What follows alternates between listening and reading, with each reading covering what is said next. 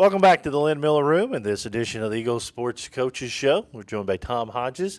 He's a little tired, but he's okay.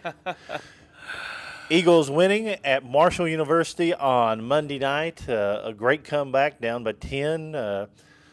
Looked like at times we were having trouble putting it in the basket. Man, maybe alive. in the ocean. Good gracious. But you come out with a win. As you know, Joe Dean just passed away. Rest in peace, Joe Dean Sr. But we couldn't put the biscuit in the basket. And certainly no string music for us. String music. It just wasn't in the goal for string music. Good gracious! It was bottom of the net. String music. It was a tough one to come by points wise. A lot of that was due to Marshall. You know, their size and athleticism was really good, Jay.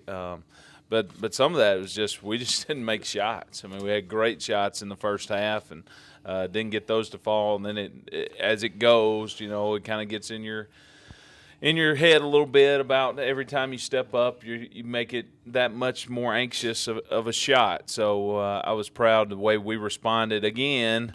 Certainly, if anything, through 5 games, we are tested, and we have shown a propensity for the dramatic thus far. 2 games coming up. We travel to Johnson City, Tennessee. And get Darius Rucker to sing us the Old Crow Medicine Machine. Yeah. That was the original. Do you know that, JT? That was the original. The Old Crow Medicine Machine. Darius it's just a cover.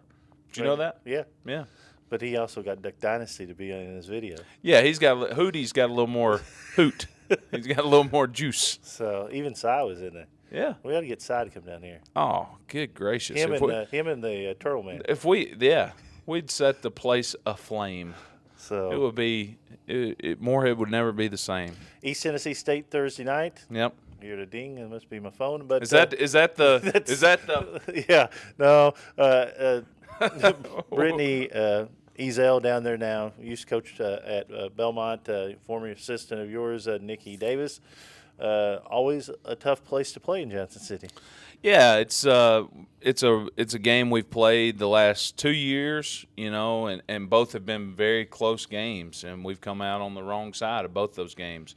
You know, last year was a game we let slip away here. 2 years ago, down there, we're not playing in the cavernous dome. We're playing in the Civic Center. We're playing in the Civic Center, which will be a little bit different look, but it's a doubleheader, so I'm sure there'll be a big crowd, which will be a good atmosphere for us to play in.